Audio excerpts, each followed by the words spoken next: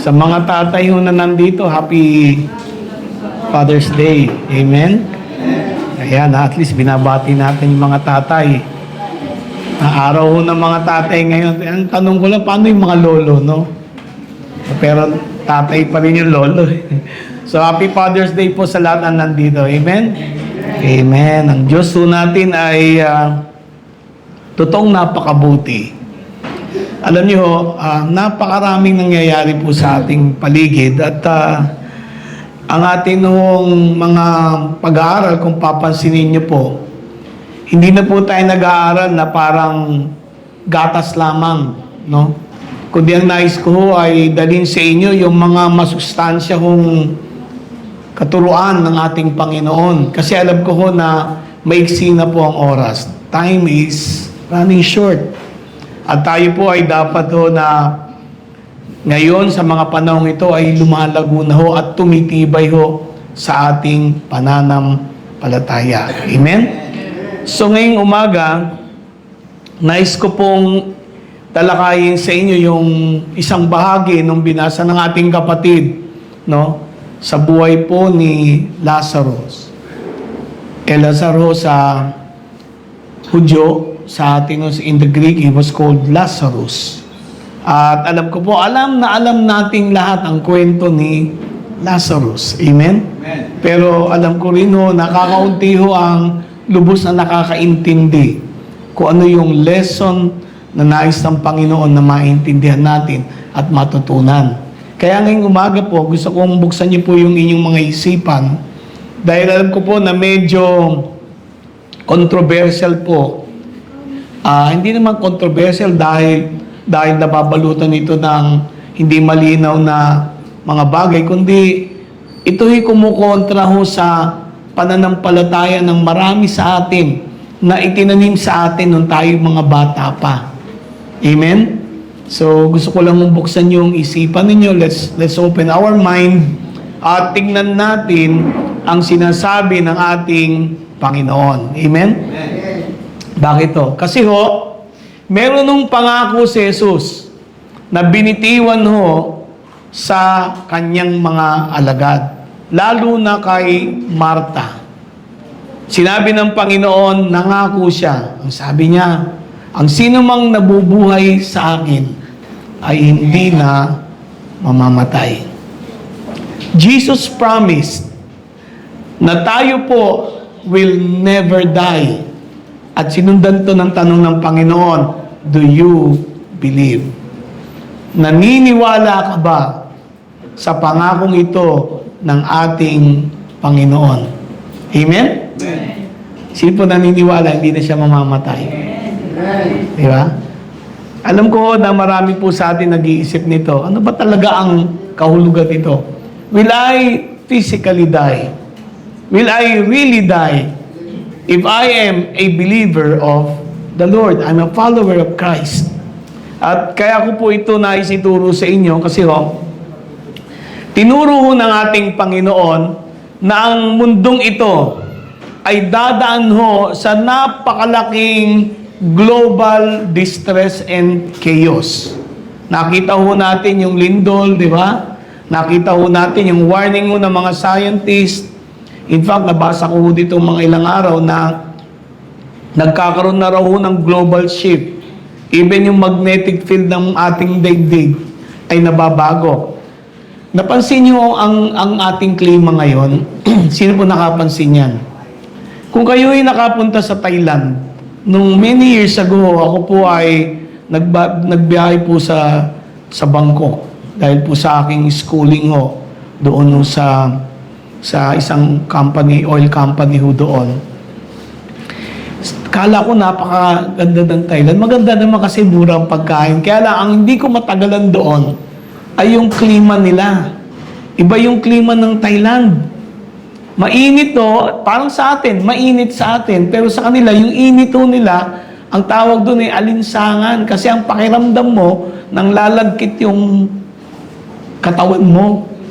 Yung humidity niya ay napakatindi to the point na hanggang kalooban mo, daman-daman mo yung init na yun. At ito lang ho, panahong ito na sa atin ng bansa ay naramdaman ko ito. Hindi dahil siguro sabi nila, kasi tayo ay nasa isang super El Nino phenomenon.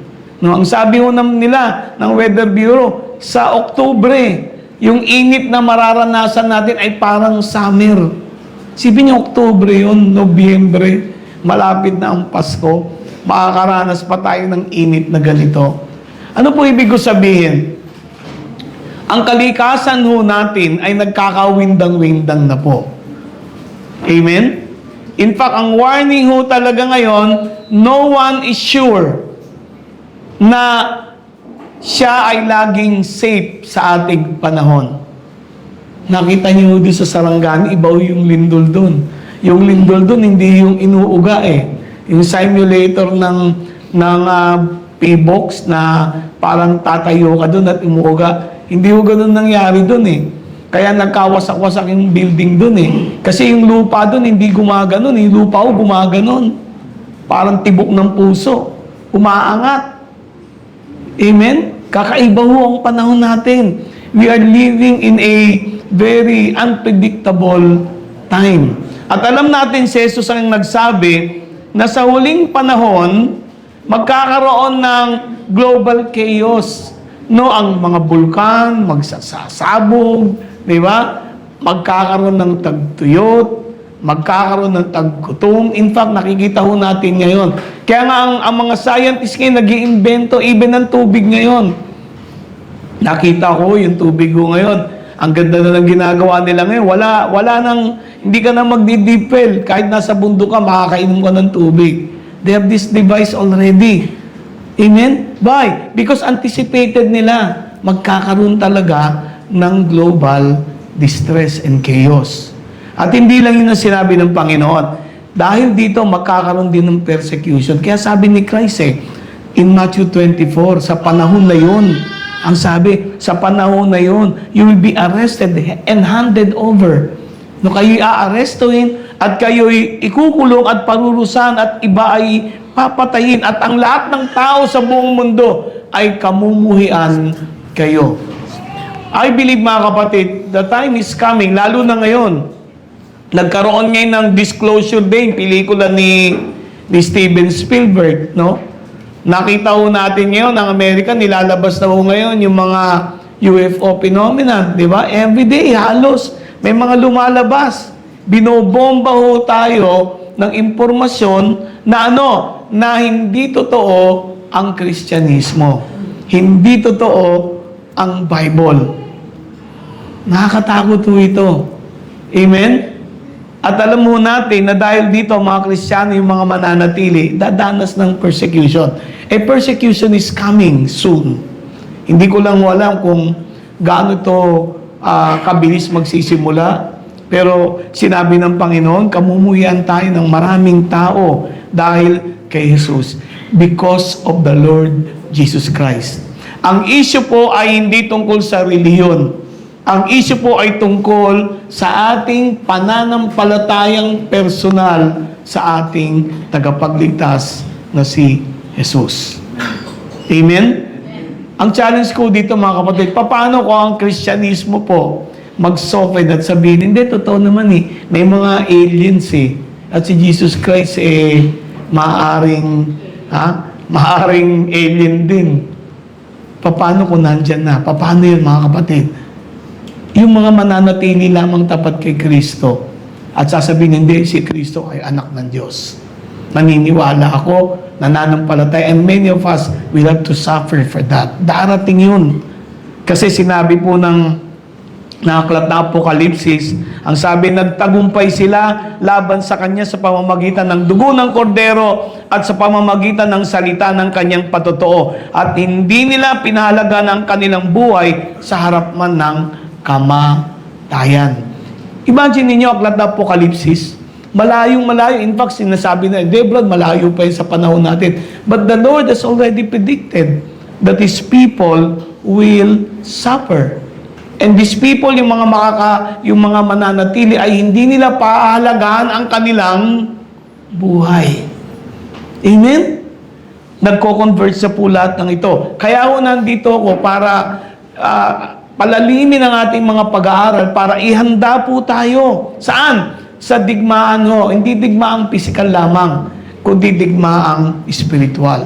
A spiritual battle is happening now sa ating kalagitnaan, mga kapatid. Laban ito ng spiritual. Ano ibig ko sabihin? Ang iyong pananampalataya, ang mismong inaatake ngayon, hindi ng dyablo harapan, kundi ng buong daigdig na ito. And maybe, even our church, ang ating noong Kristyanismong samahan, at Kristyanismong denominasyon na iba't iba, Protestante, Katoliko, di ba? Born again, Evangelist. Itong mismong institusyon na to, ang baka sakali na siya pa ang mismong mag-persecute sa mga mananangan kay Kristo. I believe with all of my heart that Jesus Christ is the Son of God. At ito kung pinapalabas sa Hollywood, pinapalabas ng media, ng social media, binobomba tayo sa YouTube, sa lahat, para atakin ang personalidad at katangian ng ating Panginoon, mga kapatid. I believe this is all concerted in the coming persecution that will happen throughout the entire earth. Amen? And I must prepare you. Laban ho ito ng pananampalataya. It is a spiritual battle, kapatid. Even as we speak, habang nakaupo tayo dito, alam ko ang pagdududa, ang alinlangan ay itinatanim ng mundong ito para hubugin tayo na baguhin ang ating pananampalataya, baguhin ang ating paniniwala sa ating Panginoong Hesukristo. How many of us are willing to die for Christ? Yun po ang tanong eh. Yun po ang nakakatakot na tanong. At dito, gusto kong ipakita sa inyo na ang pananampalatayang Kristiyano, mga kapatid, ay sabi nga, it is the most amazing, most wonderful faith that God has revealed to all of us. Ano ho yun? Nung sinabi ni Kristo sa aklat ng John, sa aklat ng Juan, ang alin, ang sabi niya ganito, nagbigay siya ng statement. Ang sabi ni Lord sa John chapter 11, I am the resurrection and the life. Whoever puts his trust in me will live, even if he dies. Kahit daw mamatay siya ay mabubuhay. And everyone, lahat, everyone living and trusting in me will never die. Do you believe this?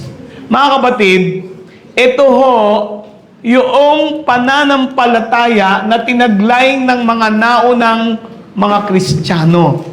Hindi ba kayo nagtataka, mga kapatid? Yung mga mananampalataya noon ay walang takot kahit ipakain sila sa leon, kahit ipako sila sa krus, kahit pugutan sila ng ulo, kahit sila ay gawing spectacle doon sa arena na kung saan wala silang habas na pinapatay ng mga gladiators. Kahit na alisin yung kanilang mga karapatan, kahit na nakawin ang kanilang mga ari-arian, kahit na gahasain ng kanilang mga kababaihan, ang mga Kristiyanong ito ay hindi natinag sa kanilang pananampalataya. Most of them, hindi naman napakarami, pero maraming mga kapatid natin nung unang panahon, lahat sila pinersecute at ang ilan ay pinatay. Pero kailanman wala sa kanilang natakot. Bakit? Bakit ito? Because they believe in this promise of the Lord. Hindi sila takot mamatay, mga kapatid. Hindi sila takot i-persecute. Bakit? Kasi taglay nila yung pangako ni Kristo. Sabi ni Kristo, ako ang muling pagkabuhay at ang buhay. Amen? Sino mang nagtitiwala sa akin ay mabubuhay kahit na siya ay mamatay.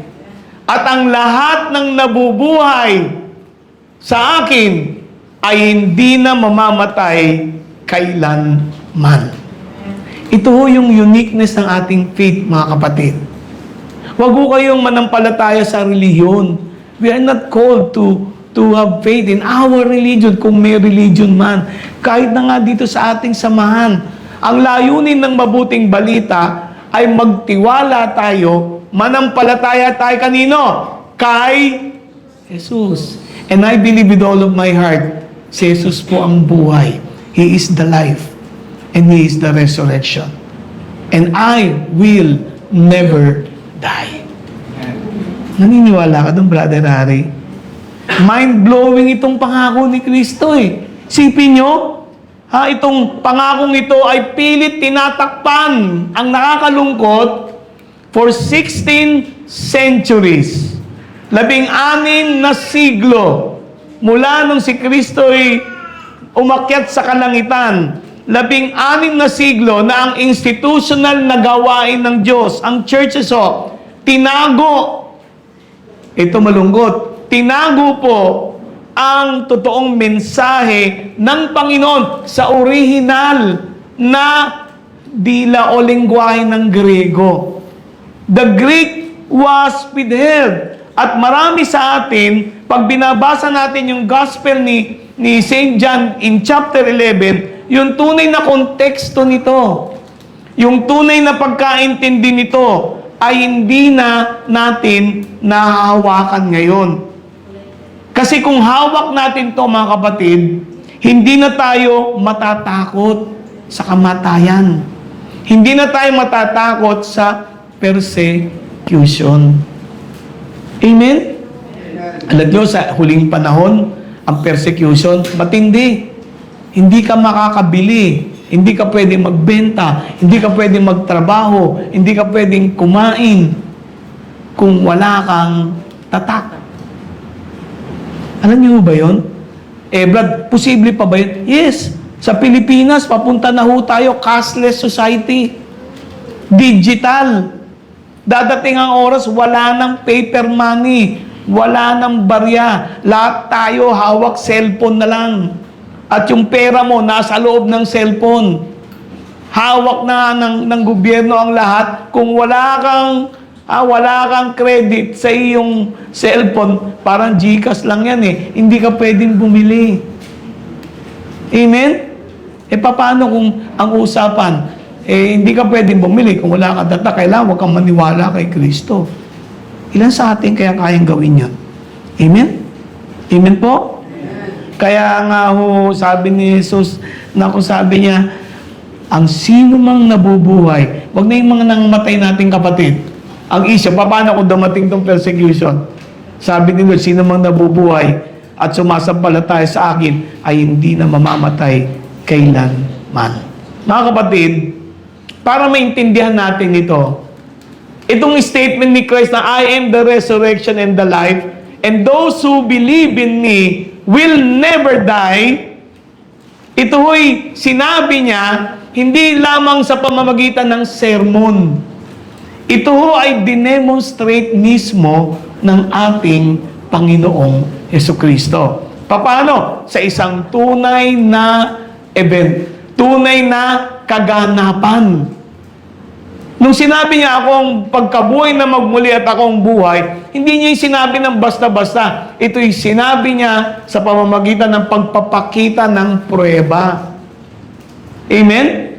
Paano nangyari? Through a certain circumstance. Ano yung circumstansya? In John chapter 11, makikita ho natin, yung kaibigan ni Jesus, yung malapit na tagasunod niya, na si Lazaro ay nagkaroon ng malubhang karamdaman. Amen po? Na itong si Lazaro ay may kapatid na Marta at Maria, at makikita ho natin si Maria ho, yun yung nag-anoint ng paa ng Panginoon ng pabango. At pagkatas pinahiran niya ng kanyang buhok, yung paa ng ating Panginoon. Makikita niyo itong pamilyang ito, napakalapit kay Lord. Amen? Napakalapit nito kay Jesus. Si Lazaro, si Marta, si Maria. Kaso ang problema dito, may sakit si Lazarus. At malayo si Lazarus, nasa Betania. At nagpasabi, nagpautos ang magkakapatid na ito, in fact, si Maria. Amen, si Maria, nagpunta doon, at si Marta. Makikita ho natin sa kanila dito na sila'y nagpunta kay Jesus. Ang sabi, Panginoon, yung minamahal mong alagad na si Lazarus ay may malubang karamdaman. Ano sabi ni Jesus? Sabi ni Lord, hindi magbubunga ng kamatayan ang kanyang karamdaman. Nagbigay si Lord ng statement, hindi mamamatay si Lazaro, huwag kayong mag-alala. Amen po? Ang sabi niya, it is for the glory of God, and that the Son of God may be glorified through it. Ito problema, mga kapatid. Sabi ni Lord, ganun ba may sakit si Lazaro? Hindi siya mamamatay, huwag kayong mag-alala. So, anong ginawa ni Jesus? Pumunta ba siya sa Betania? Hindi. Nagtagal si Jesus ng 2 araw pa doon sa lugar na yun. Amen? 2 days. So, makikita ho natin dito na ang ating Panginoon dito ay meron ng isang katangian. Ano katangian ni Lord nakikita nyo? Sige, tatanungin ko kayo. Nung sinabi niya kay Martha at kay Maria, hindi mamamatay si Lazarus. Sabi niya, ito'y magbubunga ng kaluwalhatian ng Diyos at kaluwalhatian din ng anak ng Diyos. Lazarus will not die. Anong naintindihan niyo dito? Sa likod.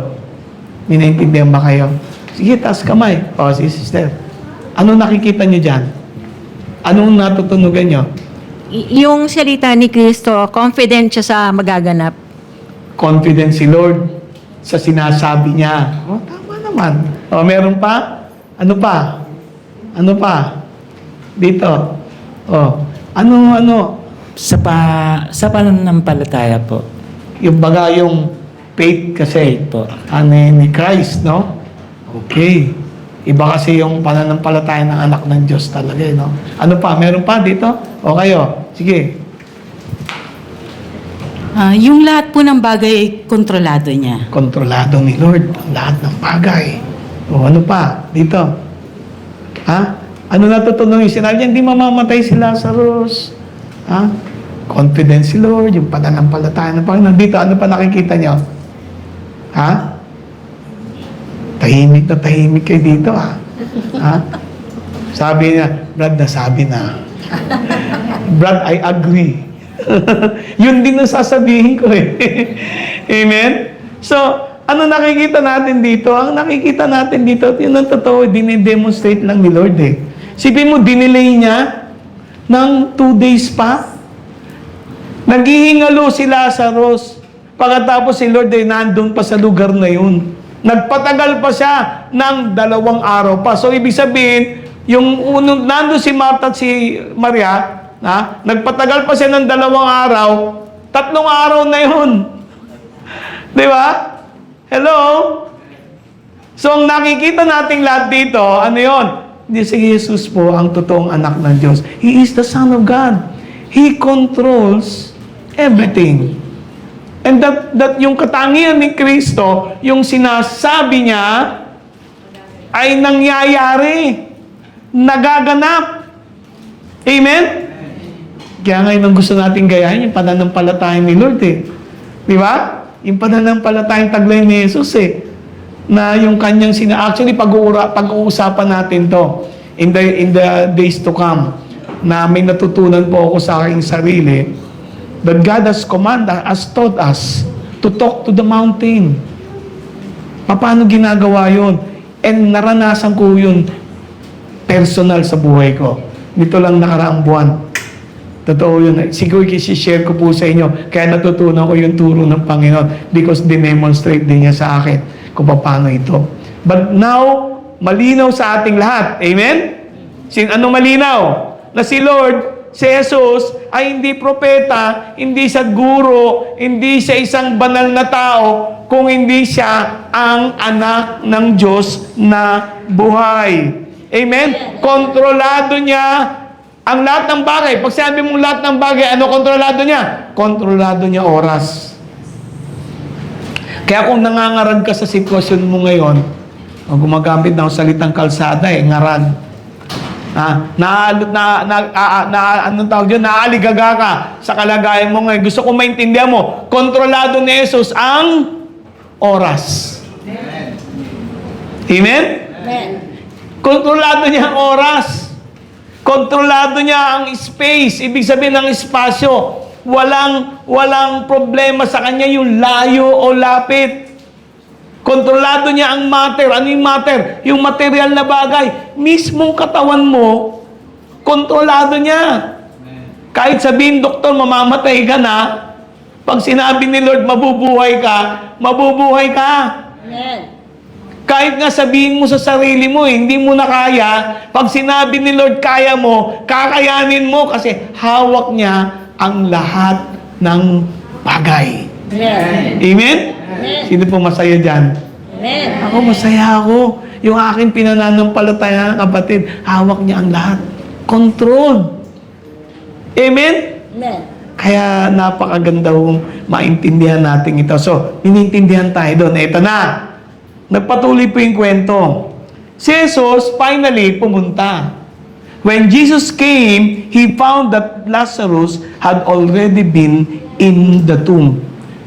In verse 17, nung dumating si Kristo, nakaburol si Lazarus? Hindi. Nakalibing na. Amen? Ilan araw? 4 na araw. Already been dead for 4 days. Bakit? Bakit naghintay si Kristo ng 4 na araw? Pakinggan niyo mga kapatid. Sabi ko sa inyo, si Kristo, purposely, meron siyang dahilan. Kasi gusto niya ituro na siya ang buhay at muling pagkabuhay. Tama? Amen? Sinabi natin lahat, kontrolado niya ang lahat ng bagay. Ang tanong ko, bakit siya naghintay ng 4 na araw? Why wait for 4 days? Ito kasi yun. Nung panahon nila, tinuturuan ng mga Hudyo ng mga rabay, mga guro. Ito paniniwala ng mga guro kasi kalat na kalat sa mga Hudyo ito. Ang sabi ng mga guro, yung mga rabay, para yan yung mga obispo eh. Para yan yung mga, kumbaga sa, bishop, priest, minister, di ba? Yung matataas, mga kardinal, yung matataas sa ranggo. Ang sabi nila ganito, kapag daw ang tao ay namatay, ayan na eh, para sa Pilipinas eh, 9 na araw eh. Sa kanila, ang paniwala ng mga Hudyo, kapag namatay ang tao, sa loob ng 3 araw, kaya walang embalsamo eh. Hindi sila ina-embalsamo. Alam niyo ba yon? Hindi sila ina-embalsamo. Pag namatay ka daw ng 3 araw, yung loob ng 3 araw na yun, may chance ka pang mabuhay. Parang sabi, yung kaluluwa, yung umalis sa katawan, nandyan pa. Nagsisikap pa, nag-aabang pa yan, baka ma-resuscitate, mabuhay pa. Amen? Pero, ang sabi ng mga pare, kapag 4 na araw ng patayan, talagang patay na yan. Bakit? Kasi sa loob ng 4 na araw, kapatid, medically speaking, sa loob ng 4 na araw, yung katawan mo magsisimulang mabulok. Magkakaroon na ng amoy. Magde-decompose. Hindi pa naman uuudin. Hindi naman. Mamamaho pa lang at magsisimulang mabulok. Ano ibig sabihin nun? Wala nang pag-asang mabuhay pa. Tama? Si Kristo, ilang araw bago lumitaw doon sa Betania? 4. Ano ibig sabihin? Si Lazaro, yung katawan niya na nandun sa loob ng libingan ay nagsisimula ng mabulok. Ano ibig kong sabihin dito?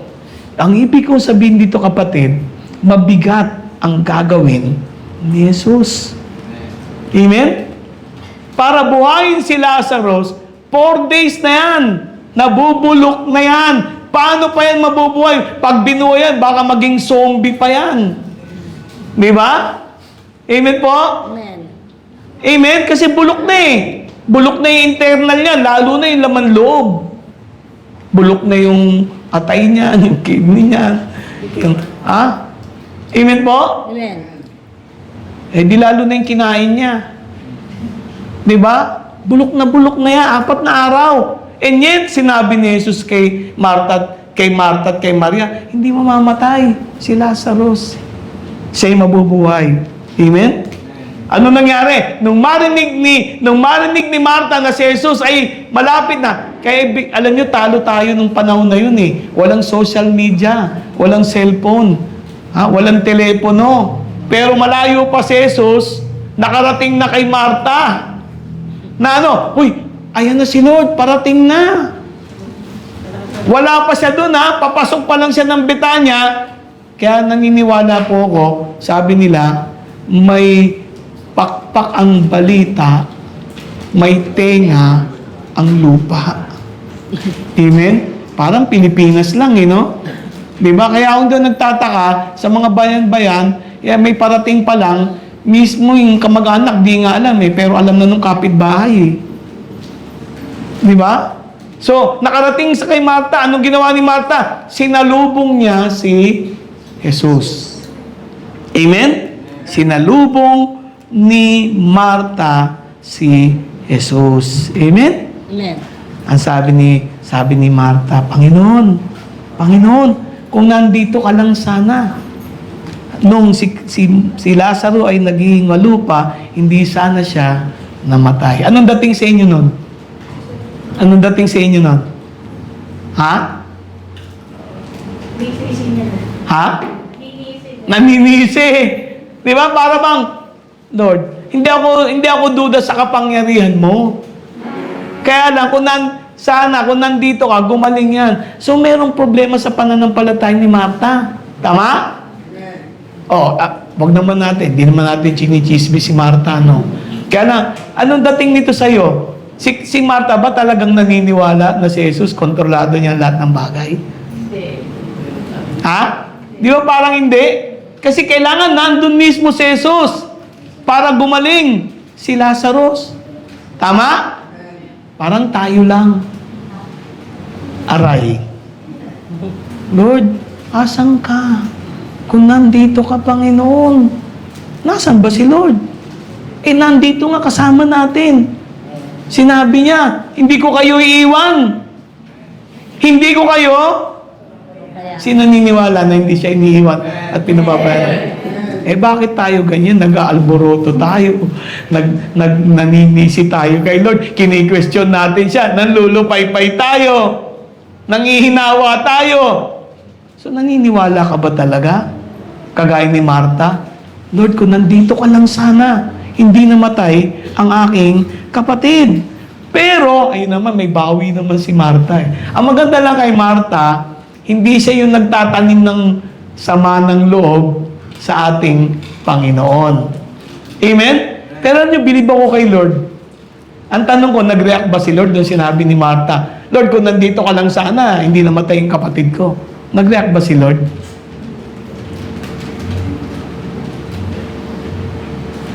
Alam nyo, kaya ako ito sinasabi, hindi para hiyain tayo. Kundi para ipakita ko lang sa inyo kung gaano kabuti at kaunawain ang ating Panginoon. Minsan sinisisi mo si Lord. Si Lord hindi nagre-react. Kasi naiintindihan ka niya At bakit ganun siya? Kasi mahal niya tayo. Mahal niya tayo. Amen? Buti na lang sabi ni Martha dito in verse 21, Lord, sabi niya, verse 22, kahit ngayon, naniniwala ako. Ayan. Naniniwala ako, Panginoon, na kung ano man nangingin mo sa Diyos, ay ibibigay sa'yo. May bawi, Di ba? May bawi si Martha. Ngayon, Lord, nandito ka na. Yun nga ang problema Kailangan maramdaman mo munang nandyan si Lord para gumawa siya ng himala sa buhay mo. How many times, kapatid, nagpe-pray tayo? Lord, pinipilit mo, nagkakanda bulbul na yung tonsil mo sa para maramdaman mo lang nandito si Lord. Kapatid, you do not need. Ang kailangan mo lang, mananampalataya. You see, faith is beyond emotions. Dito tayo nagkakamaling lahat. Ang pananampalataya po lagpas sa ating damdamin. Faith is more than that. Ano yung bakit? Because faith is really trusting in the Lord. Titiwala ka. Lord, alam ko. Sino naniniwala dito pag nagpe-pray siya, napapakinggan siya ni Lord? Yeah, because that is faith. Kahit hindi ako nakakita ng mga senyales, mga kakaibang mga pahiwatig, di ba? Hindi ako nakakaramdam ng giniginawa ko, nakakita ako ng liwan.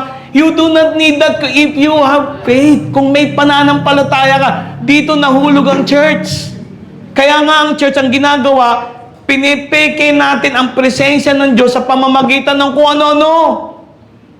Kagaya ng mga pastor, binobomba yung emosyon mo para maramdaman mo lang si Lord. Kung nagpipreach ako nakakaiyak, o nakakatakot, o nakakatawa, para maramdaman mo lang ang presensya ng Panginoon. Kailangan mo na, Brad, malamig na malamig to, tapos lagyan mo ng konting pagmasin at may ilaw. Presto, maramdaman nila si Lord. Pag nagpe-pray tayo, Brad, kailangan idinidim mo pa yung ilaw para feel mo si Lord. Kapatid, you do not need that. That is not faith. Ang totoong pananampalataya, kapatid, kahit mag-isa ka lang, kahit nasan ka, kahit anong kalagayan mo, alam mo na hindi ka niya iniiwan at hindi ka niya pinapabayaan kailanman. Kapatid, tinuturuan ko kayo yung pananampalataya ng mga unang Kristiyano. Hindi sila nakadepende sa lugar, hindi sila nakadepende sa mga pamamaraan, nakadepende sila saan? Kay Jesus mismo. The Lord is with us. Amen? Amen? At alam nyo, makikita ko natin dito, sabi ni Jesus, mabait si Lord eh. Ang sabi ni Martha, Lord, alam ko, kahit anong hingin mo kay Lord, sama sa Diyos, pakikinggan. Ano sabi ni Kristo? Ano sabi ni Jesus in verse 23? Simple lang, yung kapatid mo mabubuhay muli. Amen? Your brother will rise again. Okay na sana eh. Okay na. Di ba? Kaya lang may bawi si Martha. Parang tayo lang. Nakikipagbigay pa tayo ng ating opinion. Sabi Lord, babangon muli si Lazarus. Ano sagot ni Martha? In verse 24. Baka mainis na kayo kay Martha. Wag naman ha.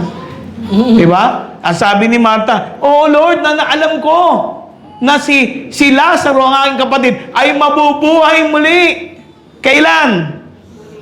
Sa huling araw. Sa paghuhukom. Ang layo nun. Nakuha niyo po? Tanong ko, naintindihan ba ni Martha yung sinabi ni Kristo na mabubuhay muli ang iyong kapatid? Hindi. Di ba hindi? Bakit? Bakit? Tatanungin ko kayo, bakit hindi naintindihan ni Martha yung sinabi ni Kristo? Bakit? Kasi sinabi niya sa huling araw eh. Oh, kaya nga. Sabihin doon sa katapusan na ng mundo. Oh, bakit ganun si Martha? Bakit ganun ang opinion niya? Kulang siya sa pananampalataya. Pwede, kulang sa pananampalataya. Ano pa? Kulang si Martha sa pananampalataya. Ano pa? Sinusukat niya yung kapangyarihan ng Diyos. Kumbaga, meron siyang sariling standard. Tama? Tama? Parang tayo lang. Oh. Pero ang tanong ko, bakit ganun si Martha? Why?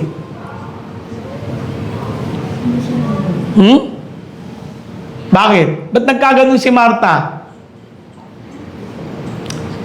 Sirit na?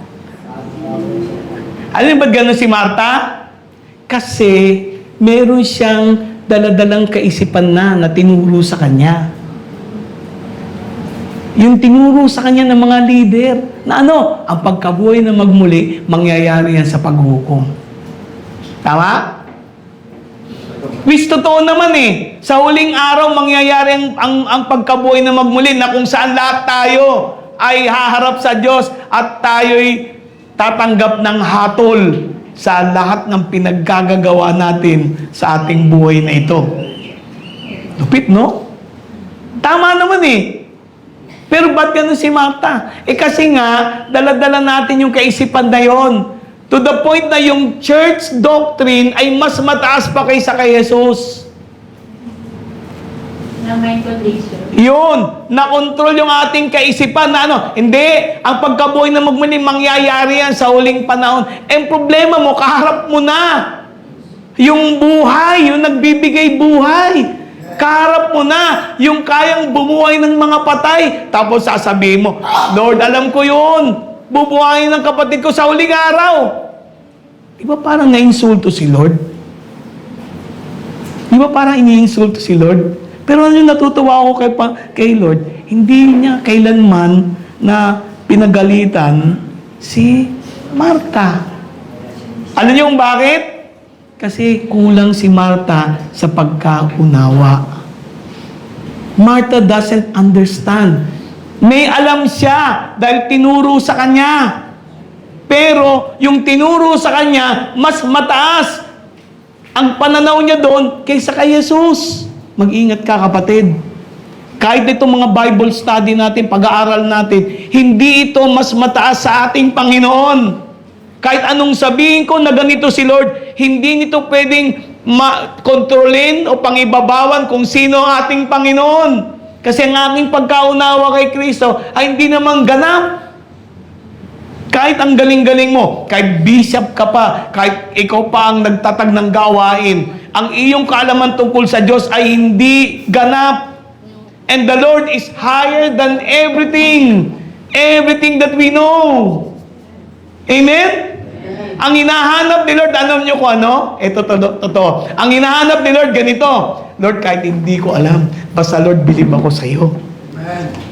Hindi ko man nakikita sa sitwasyon na ito, na lahat ng natutunan ko ganito, pero alam ko, Lord, mas mataas ka sa sitwasyon na ito. Kaya kaya mong gumawa ng kamanghamanghang mga bagay. Amen. Brad, kailangan mataas ang faith ko para gumawa si Lord. Yun minsan mali. Buti si Brother Alan, taas ng faith niya, kaya kayang gumawa ni Lord ng himala. Mali. Bakit? Yung faith ba mas mataas kay Lord? Yung halimbawa ko ba mas mataas sa Panginoon? Hindi. Walang tataas sa ating Panginoong Jesucristo. Amen? Kaya nga may kantang He is more than wonderful. Di ba? He is more than amazing. Amen? Pasensya na kayo mga kapatid. Kasi yung sagot ni Kristo ganito, hindi niya ni-rebuke si Martha. Anong ginawa ni Lord? Nagpahayag siya ng isang katotohanan na alam ko nagbago sa buhay ni Martha at ni Maria. Ano sabi ni Kristo? Martha, ano man tinuro sa iyo, ano man yung kinagisnan mo, ano man yung paniniwala mo, ano man yung napag-aralan niyo sa templo, sabi ni Kristo, Ako ang muling pagkabuhay. Yung sinasabi mo na si Lazaro ay bubuhayin sa huling panahon, maaaring totoo, pero andito ako. Ako yun. Ako yung bubuhay sa mga patay. I am the resurrection. Sino may natututunan ngayon? Ha? Sino ngayon bilib na bilib kay Lord? Kaya nga ako mga kapatid, naniniwala po kahit anong sabihin ng doktor, kahit anong sabihin ng mga kung sino-sino expert, pag sinabi ni Lord, mabubuhay ka, mabubuhay ka. And God will do everything in His power and according to what you can believe. Amen?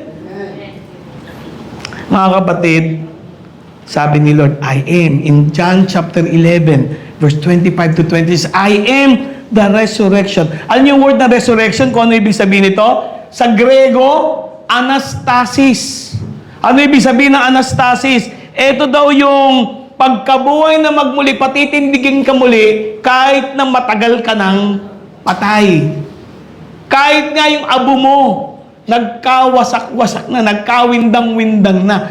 Amen? Hindi na malaman. Sino nag-isip din? Paano i-resurrect yung tao na matay ng 100 years ago? Nasaan yung alabok niyan? Kasi nga, mali na may pagkaintindi natin. Akala mo, pag binuhay kang muli, lupa pa rin ang pagkukunan ni Lord? Lupa pa rin ang gagamitin niya? Hindi! Gagamit siya ng spiritual na material. Amen? Yung katawan mong nabubulok, papalitan niya ng hindi na nabubulok. May naiintindihan kayo mga kapatid? Anastasis. Ano ibig sabihin? The Lord can resurrect you. Anyway, na gusto niya. Amen? Kahit 4 na araw ka ng patay, kaya kanyang buhayin. Kahit nagde-decompose ka na, kaya kanyang buhayin. That is the Lord. Ibig sabihin, yung mismong buhay, hawak niya. Hindi lang time, space, and matter, ang hawak ni Kristo, yung mismong buhay, kaya dinugtungan niya, ako ang muling pagkabuhay. Bakit? Kasi ako ang pinagmumulan ng buhay. I am the life. Tingnan yung katabi nyo. Minsan mga Kristiyano parang ayaw maniwala eh. Bakit? Tingnan mo. Parang zombie. Parang walang kabuhay-buhay. Hindi ba kasi maraming problema. Yun na nga eh.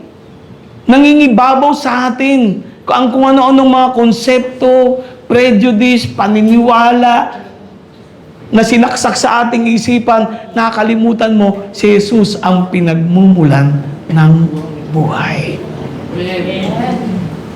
Amen? Amen. Alam niyo, epekto nito sa akin? Lord, salamat. Kaya pala si Haring David, sabi niya, pinapanibagong sigla mo ako, Panginoon. You renew my youth like the morning dew.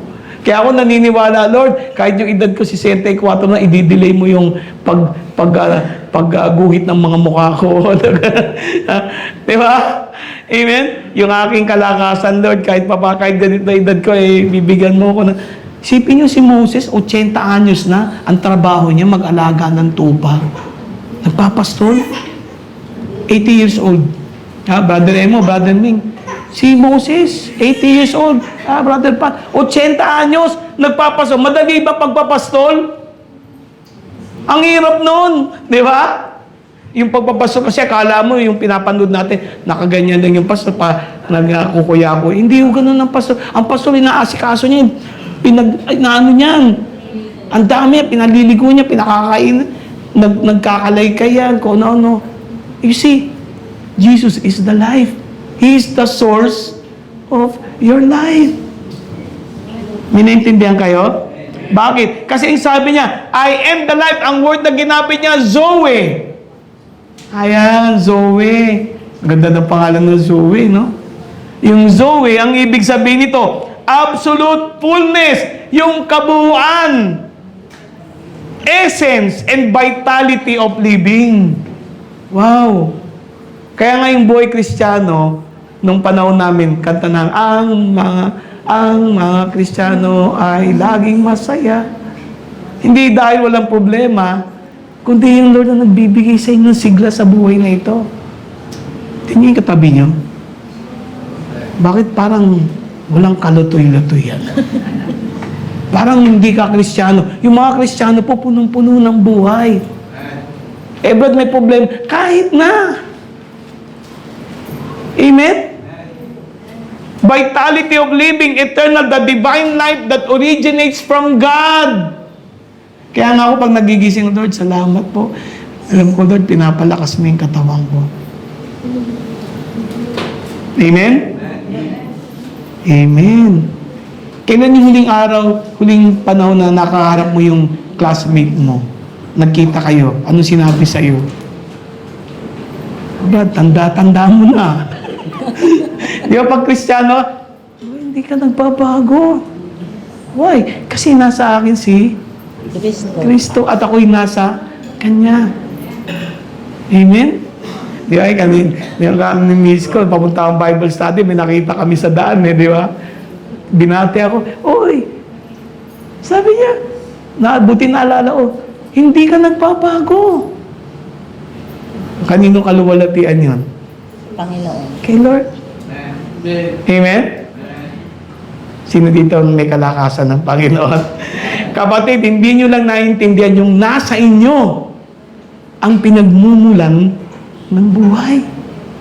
Sa buong daigdig na ito at sa buong sansinukob na ito. The life comes from the Lord. And the Lord is in you. Amen? Amen. Amen. Siya po ang tunay ho na source. Kaya nga sabi in John chapter 1, in the beginning was the Word. Nung pasimula ay ang salita o ang logos, ang berbo. At ang berbo ay kasama ng Diyos. At ang berbo ay Diyos. Kasama siya ng Diyos sa simula at ang lahat ng bagay ay nalalang sa pamamagitan niya. Minintindihan mo doon? Lahat ng bagay nalalang sa pamamagitan niya. Sino may problema ngayon? Ha? Kaya ako naniniwala kung tayo Kristiyano, hindi tayo papayagan ni Lord na hindi tayo makakain, na hindi tayo mabuhay, na hindi tayo merong sisilungan na tahanan o higaan na mahigaan. Amen? All things came through Him, and without Him, at kung wala siya, walang malalalang. Amen? Yan si Lord. Yan ang ating Panginoon. Amen? In Him was the Zoe. Si Kristo, nasa Kanyang Zoe ang buhay. At ang buhay, sabi niya, and the life was the light of mankind. Ito yung pinahihiram niya sa ating lahat. Yung buhay na ito. Kasama siya ng Ama. Siya ang berbo. Bago pa siya nagkatawang tao. And life comes from Him. Amen? May tinutumbok ka, Brother Harry? Meron. Meron akong tinutumbok talaga. Bakit? Kasi, nung sinabi niya ito, sinundan niya ito ng dalawang pangako. Dalawang kamanghamanghang pangako. Ano yung unang pangako niya? Pangako niya sa lahat ng mga nangamatay na. Anong sabi niya? Whoever puts his trust in me will live even if he dies. Amen? If he dies. So yung mga kapatid natin na nauna na ay nabubuhay. Kaya pala sabi ni Lord, God is not the God of the dead, but the God of the living. Amen? Pangalawa, pangako niya sa lahat ng nabubuhay nung kausap niya si Marta. At ito'y para rin sa ating lahat na nakakarinig nito ngayon. Sabi niya, and everyone, lahat, meron bang exception? Wala, di ba? Lahat, everyone, living, nabubuhay, humihinga. May katabi mo, humihinga pa? Di kasama yan. Kasama ka. Everyone, living and trusting. Yun yung susi. Lahat ng nabubuhay na nagtitiwala. Nagtitiwala kanino? Kay Jesus. Ano sabi? Will never die. Sabi ni Jesus, eto balik ni Lord. Naniniwala ka ba, Marta? Do you believe? Eto na lang, buti na lang sinabi niya ni Marta. Nakabawi naman si Marta. Ano sabi ni Marta? Ang sabi niya, yes, Lord, I believe that you are the Messiah, the Son of God, the one coming into the world. Amen? Yun lang hinihintay ni Jesus eh. Nung sabi ni Marta, Lord, kahit napalpak ako kanina, kahit na medyo atribida ako, kahit na medyo prejudice ako sa aking mga sinasabi, pero isa lang alam ko, Lord, naniniwala ako sa iyo na ikaw ang anak ng Diyos, ang tagapagligtas na darating sa mundong ito. Amen? Amen? Yun lang ang kailangan ni Lord. Confirmation. Nakuha nyo? Sino po dito naniniwala kay Lord na siya ang anak ng Diyos? Yun lang hinahanap niya. Nagtitiwala ka na siya ang anak ng Diyos. Because of that, God can do a miracle in your life. Amen? Amen. Amen? Eto na, sabi ni Lord, halika, punta na tayo sa libingan. Kasi, bakit niya ginawa yung himala ni Lazarus? Alam niyo ba't niya ginawa yung himala na to? Kasi, gusto niyang patotohanan na na yung pangako niya ay mangyayari. Yung pangako niya ay totoo. Amen? Amen? Sasabi dito ni Jesus, pumunta siya sa harap ng libingan. Kuweba Ha? Buti yung mga libingan nun, hindi nicho, no? Yung kagaya dito sa atin. Okay, apartment. Minsan apartment, 5 stories na Ang hirap di ba? Kuweba. Sabi ni Lord, alisin yung takip. Alisin yung humaharang na bato. Sabi ni Martha, ito, nagkamali na naman si Martha. Okay na kanina Parang tayo, no? Ang kulit, no? Hindi matuto. Sabi ni Martha, Lord, sabi niya, ngayon, sa oras na ito, nangangamoy na yan. Pwede ba gumawa ka ng himala, huwag mong buksan ng pintuan? Amen? Sabi niya, Lord, 4 na araw na yung patay. Ano sabi ni Lord? Eto, medyo nakulitan si Lord. Sabi niya, hindi ba sinabi ko sa iyo? Didn't I tell you that if you keep trusting, ayan ano yung nagpapasalamat talaga kay Lord? Hindi siya, ang tiyaga-tiyaga niya sa atin. Ano? Di ba? Hello? Sabi mo sa katabi mo, magpasalamat ka kay Lord, matyaga siya. Pinagtsatsagaan niya tayo. Di ba? Sabi ni Lord, didn't I tell you that if you keep trusting, you will see the glory of God? Martha, hindi ba sabi ko sa'yo kung magtitiwala ka lang, pagtagumpayan mo lang yung mga pagdududa mo, yung iyong mga sariling kaisipan, kung magtitiwala ka lang, makikita mo ang kaluwalhatian ng Diyos. Sabihin, makikita mo kung gaano kadakila ang Panginoon. Kung kaya mo lang magtiwala sa Kanya. Amen? Amen. Amen? Buti na lang, hindi na tinanong ulit ni Lord si Martha. Amen?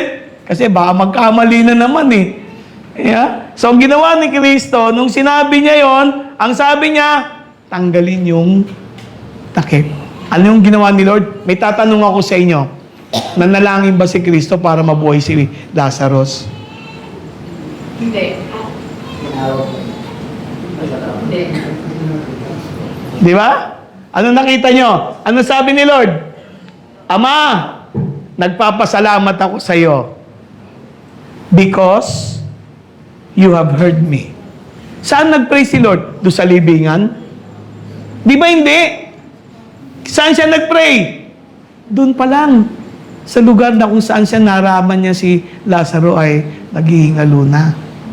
He prayed. He knew. He prayed about it. Kaya mga kapatid, alam ko, mag-iisip po kayo, bakit kaya si Brother Harry, yan yung nakikita namin nagpipray. Hindi yan nagpipray. Sasalita na lang yan. Dadaldan na lang yan. Ba't palagay nyo doon ako nagpipray bago ko nang pupunta rito? You see, prayer has a place. Alam nyo bakit? Ang panalangin po ay isang personal na bagay sa pagitan mo at ng Diyos. Hindi mo kailangang ipakita sa tao. Amen?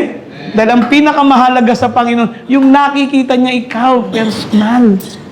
Walang arte, walang yabang, walang pakitang tao. Amen? Amen. Kaya sabi ni Kristo, nagpapasalamat ako sa iyo. Ano yung ginawa na lang ni Lord? Magpasalamat. Amen? At anong sabi niya? Lazarus, sabi niya, El-Azar, come out! Sipin mo, Brad, akala ko ba bawal makipag-usap sa patay? Ha?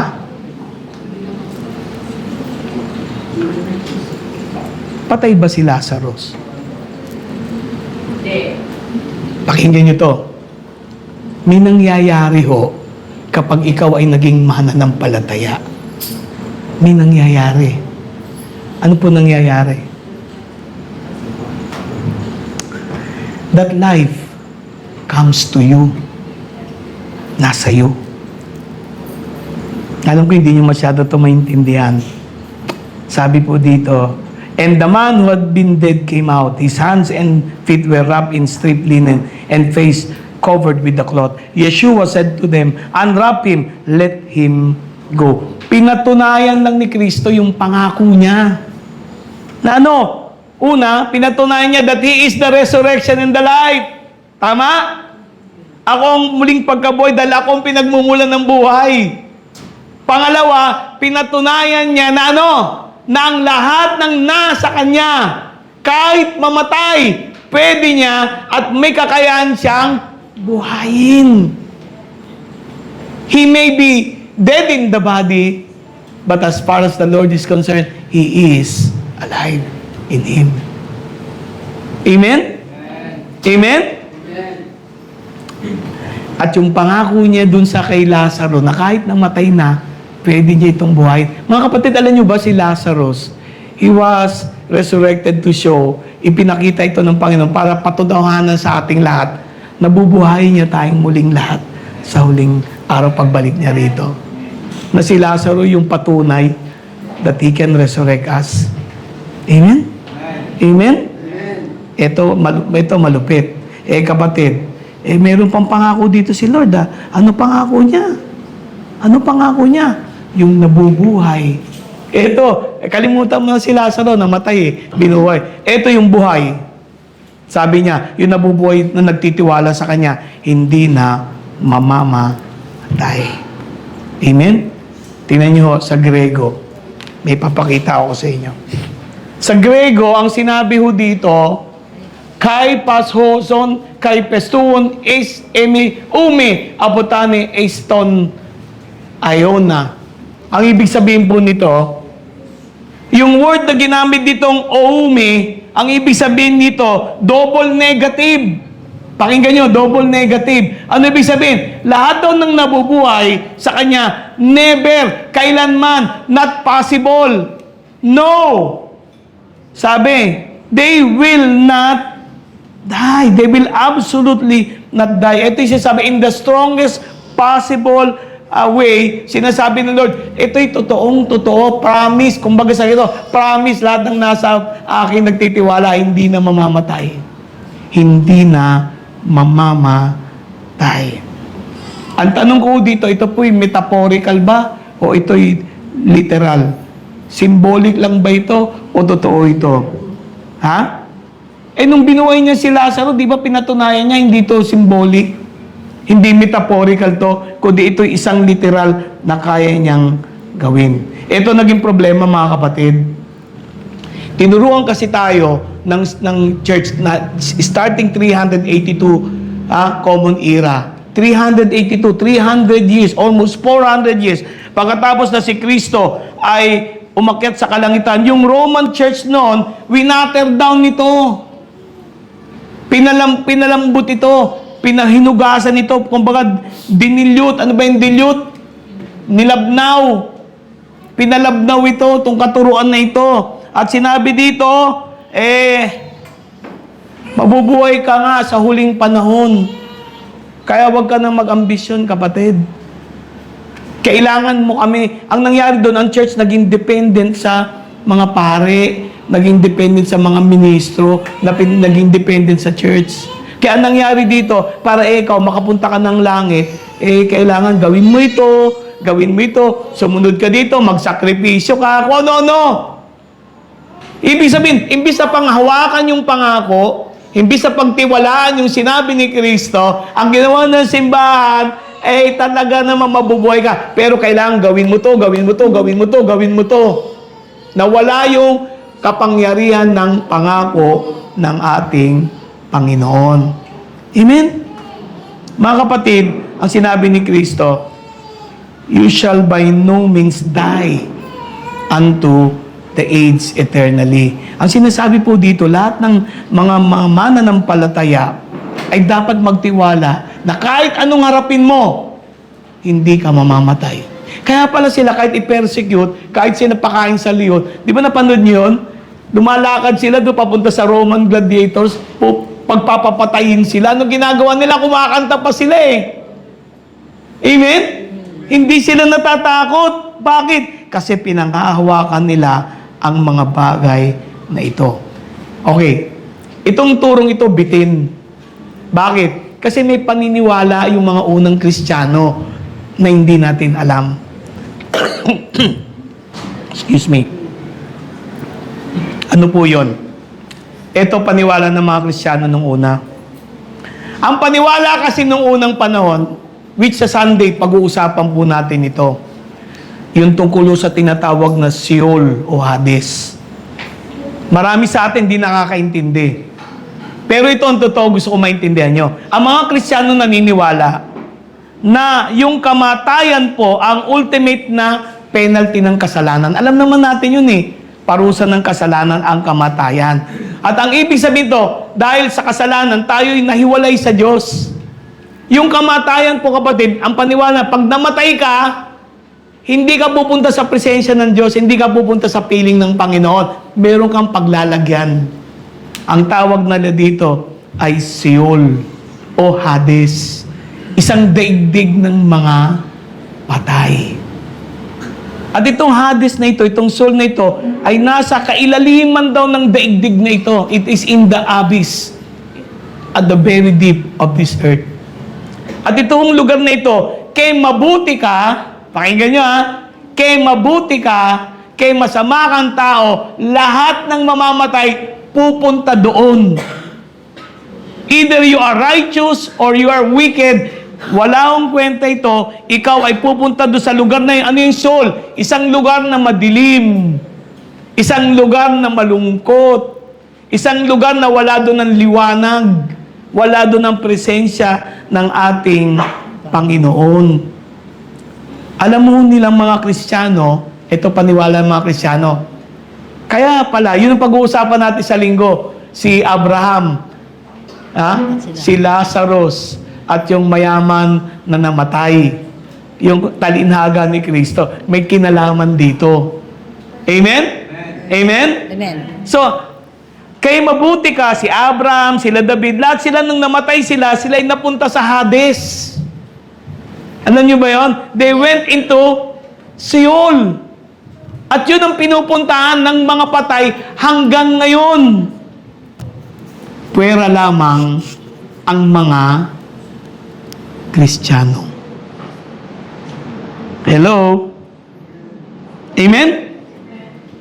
Kapatid, ako naniniwala ko, wala nang kapangyarihan sa akin ang kamatayan. Death has no power over me. When I die, I will not go to Sheol. Bakit? Kasi sa ginawa ng ating Panginoong Hesukristo. Gusto ko lang kayo bigyan ng bird's eye view. Ang lahat ng tao ay nagkasala, di ba? At ang lahat ay namamatay, di ba? Bakit? Dahil dito sila haharap sa paghuhukom. Tama? Tama? Paano yung Kristiyano? Ang Kristiyano, mga kapatid, hindi na pupunta sa Sheol. Wala na akong kamatayan. Hindi na ako pupunta doon para maghintay ng huling araw na para ako hatulan. Bakit? Meron nang namatay at nagsakripisyo para sa akin. At ito'y walang iba kung hindi si Jesus. Kaya ako hindi takot mamatay. Kasi hindi na ako mamamatay. Lilipat lang ako. Iiwan ko lang yung katawan ko. Hindi na ako pupunta doon sa ilalim. Ako'y pupunta na saan? Tingnan nyo, 2 Korinto. We are confident then that we will much prepare to leave our home in the body and to come to our home with the Lord. Sabi ni Pablo, di ba? Sabi ni Pablo, mas mabuti pang absent ako sa katawan, pero present ako sa presensya ng Panginoon. Walang Sheol, walang kamatayan. Kasi ang kamatayan at ang Sheol ay hindi paghihiwalayin. Yung kamatayan, kinukuha niya, dinadala dito sa Sheol lahat. Amen? At pag nandun ka sa Sheol, ikaw ay haharap sa paghuhukom. Lahat ng nakay Kristo, sabi niya, for me, life is in the Messiah and death is gain. Para sa akin, ang mabuhay ay kay Kristo. At ang mamatay ay pakinabang. Amen? For you have died, and your life is now hidden with the Messiah in God. So yung pag ako'y namatay, kapatid, yung akin, yung kaluluwa, kung ako yung kaluluwa na yun eh. Hindi na ako sa Seol, itatago ito saan? Kay Kristo. Kapiling niya. Kaya pala yung magnanakaw doon sa krus, sabi niya, ngayon din, pupunta ka sa paraiso. Kasi nandun pa yung Seol eh. Hindi pa namamatay si Kristo eh. Pero nung namatay na si Kristo, di ba 3 araw siyang namatay sa laman? Di ba? 3 araw bumaba siya doon. Para mangaral. Mangaral na Hindi siya nagpunta doon para parusahan. Nagpunta doon para sabihin, oy, tapos na yung nyo, yung panahon ninyo. Kaya sabi doon, he led captives captive. Yung mga captive, pinawalan niya. Wala na sa ilalim ng lupa, mga mananampalataya. Kaya hindi nga natin kinakausap na yung mga kapatid nating umuwi. Kasi hindi sila patay. Buhay sila, nasa piling na sila ng Panginoon. They're with the Lord. Amen? Amen? Sabi ni Lord, huwag kayong magulumihanan. Believe in me, believe also in God. In my Father's house are many mansions. Di ba nagtaka sabi ni Kristo? Sa tahanan ng aking Ama ay napakaraming mansyon. Kapag naipaghanda ko na kayo, babalik ako para kunin kayo. Upang kung saan ako nandun din kayo. Amen? Amen po? May kwentuhan dyan eh.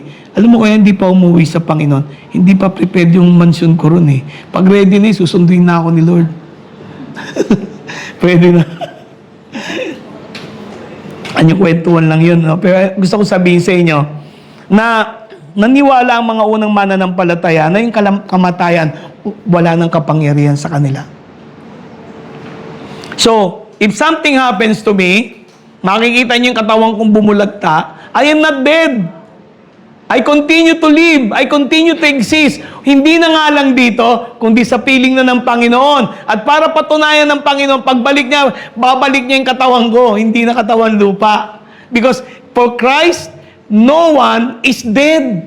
He is not the God of the dead, but He is the God of the living. Minintindihan kayo? Amen? Amen po? Kaya ho tayo naghihintay na lamang ng marriage supper of the Lamb. Kala mo kaya masarap yung marriage supper, hindi tayo mga kaluluwang lumulutang-lutang dun eh. Yung marriage supper, binigyan na niya ng bagong katawan ang mga mananampalataya at sama-sama sila. Kung ano yung katawan ni Kristo, yun din ang katawan ng mga mananampalataya. Amen? Parang sabi ni Tomas, nagulat siya, sige, pasok mo nga yung daliri mo sa aking kamay, sa aking tagiliran. Tapos nakita nila si Kristo, maya-maya dumadaan sa pader, pero solid. Hindi na mamatay, hindi na umiiyak, hindi na nakakaramdam ng sakit at karamdaman. Nabubuhay na magpakailan pa man. Sino pa naniniwala na hindi na siya mamamatay? Kung alam mo to, kapatid, hindi ka na matatakot sa kamatayan. Parang konti lang nag-amen dun. I will not die because I have no more place in Seol. I will be with the Lord, with Him, alive, in the Spirit. Pero papalitan ni Lord yung katawan kong nawala. Isang araw babalik niya yun. I never die. Kaya yung mga nabubuhay kay Kristo, hindi na mamamatay. Ibig sabihin, hindi ka na mahahawakan ng kamatayan. Hindi ka na pupunta doon sa lugar ng mga patay. Hindi ka uuwi sa lugar ng mga patay. Uuwi ka saan? Sa tahanan ng Panginoon. Kapiling niya. Amen? I will not die. I will go to be with the Lord. Ililibing yung katawan ko, pero hindi ako patay. I am alive. Kaya hindi nyo na kailangan tirikan ng kandila yan, kung ano-ano, padasalan yan. Kaya nga yung Kristiyano, wala nang pasyam eh. Hindi na ako namamasyal dito. Nasa piling na ako ng Panginoon. Oh. Pwede ba sabi ng cremation? Pwede, alam nyo bakit? Bakit pwede cremation? Pag binuhay ka naman, hindi kukuha si Kristo ng alabok eh. Di ba kasi bawal? Eh, paano nga paniniwala? Nakuha nyo? Kahit na nga hindi mo i-cremate yung namatay 50 years, nasaan na yun? Di ba, wala na rin? Pag binuhay yun, paano yun, yung pinaglibingan niya, natabunan na ng dagat. Wala na yung lupa. O kaya, kinuha yung lupa, ginawang pananim doon sa bukid. Tinubuan na ng palay. Nakuha niyo po ibig ko sabihin? Tama yun Wala Why? Because I do not die. I change residence. Huwag mo kayong mag-alala kasi ganito yon. Next week, pag-uusapan natin ito, yung tungkol sa Seoul. Ano ang alam nyo, ayaw ko sana ituro to kasi baka ma-misunderstand nyo to. Ba't sabi, kulto yata si Brother Harry? Hindi. Pero ito'y nakasulat sa aklat ng Enoch na ginamit mismo ni Kristo doon sa Lazarus and the rich man. Kasi, isi-share ko sa inyo sa darating na linggo kung ano ang geographical na itsura ng Seoul. Sino yung mga nandoon?